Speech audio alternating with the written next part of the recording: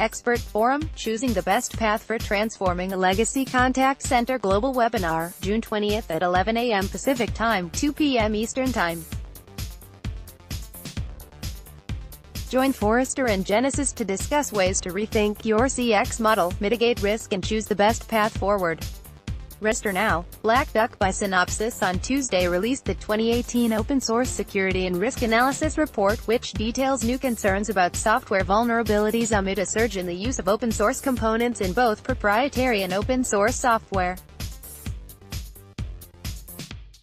The report provides an in-depth look at the state of open source security, license compliance and code quality risk in commercial software.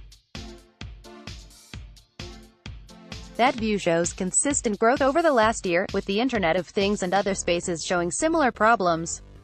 This is the first report Black Duck has issued since Synopsys acquired it late last year. The Synopsys Center for Open Source Research.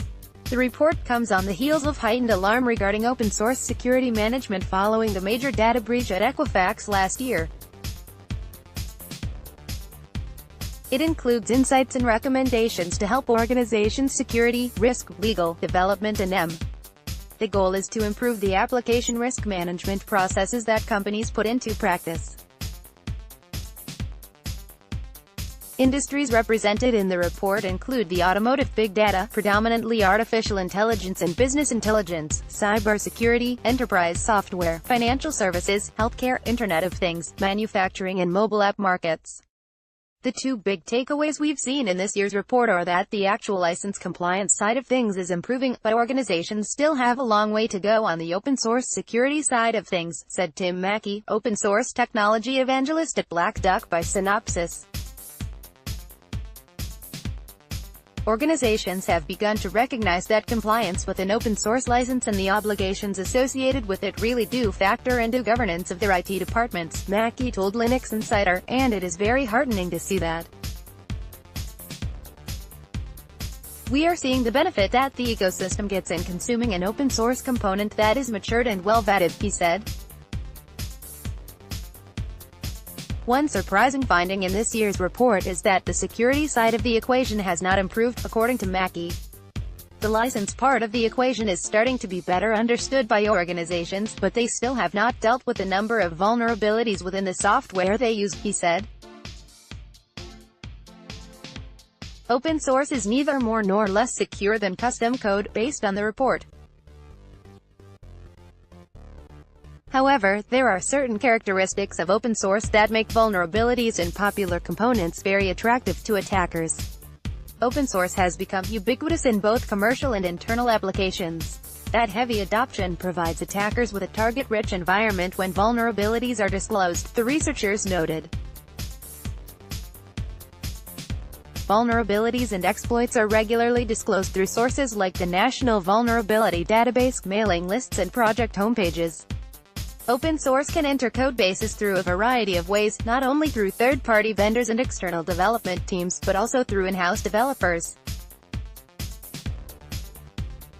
Commercial software automatically pushes updates to users. Open source has a pull support model.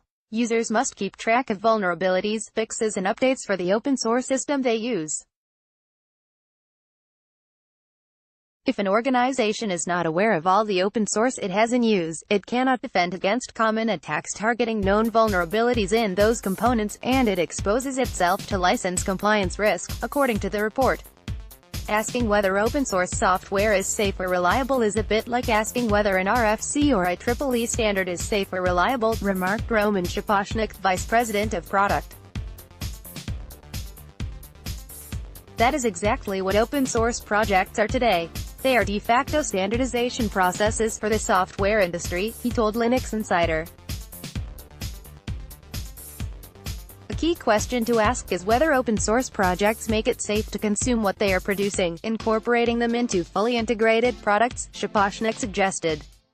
That question gets a twofold answer, he said.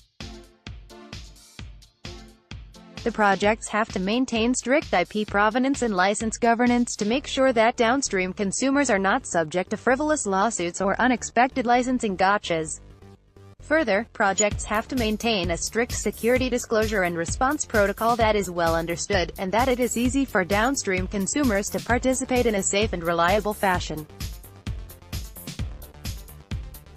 Given the continuing growth in the use of open-source code in proprietary and community-developed software, more effective management strategies are needed on the enterprise level, said Shaposhnik.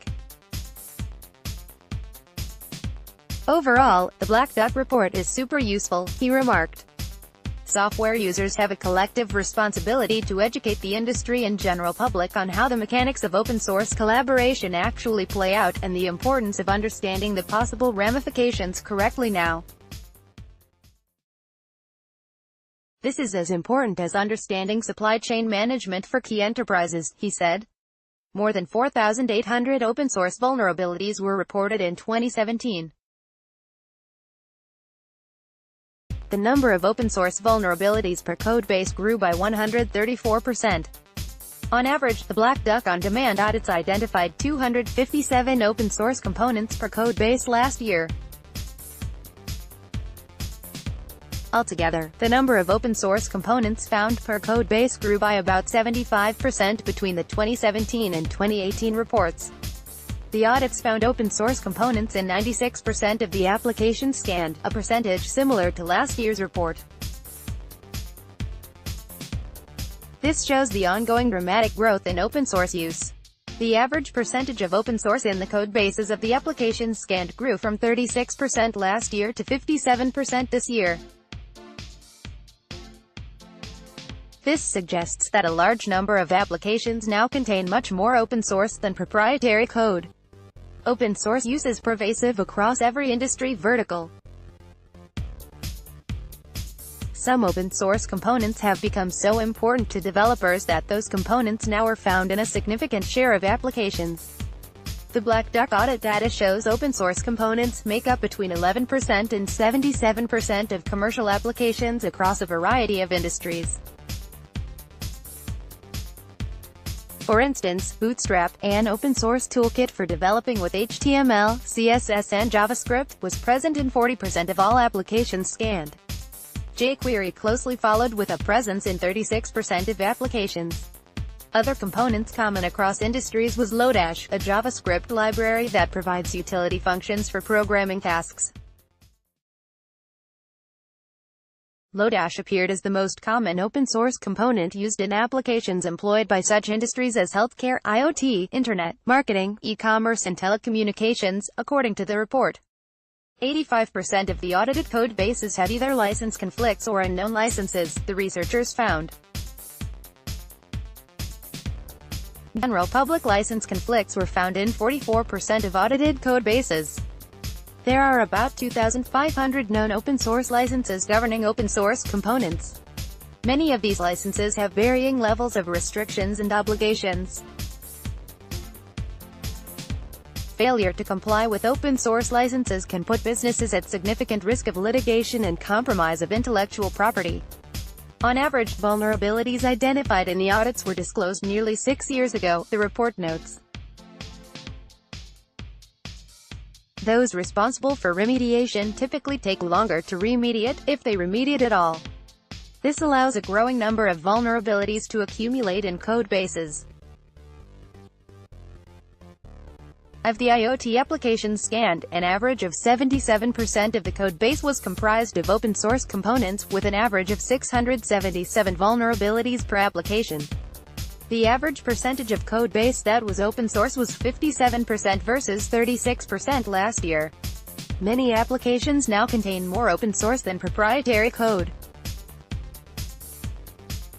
As open source usage grows, so does the risk, OSSRA researchers found.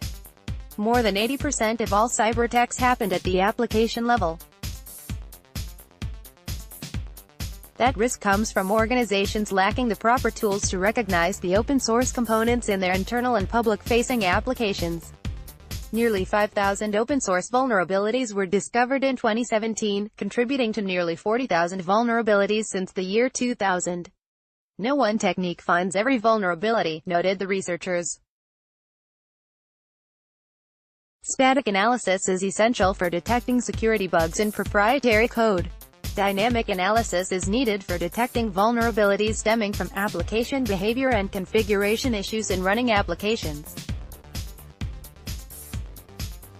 Organizations also need to employ the use of software composition analysis, they recommended. With the addition of SCA, organizations more effectively can detect vulnerabilities in open-source components as they manage whatever license compliance their use of open source may require. Germain has been an ECT News Network reporter since 2003. His main areas of focus are enterprise IT, Linux and open-source technologies. He has written numerous reviews of Linux distros and other open-source software. Email Jack.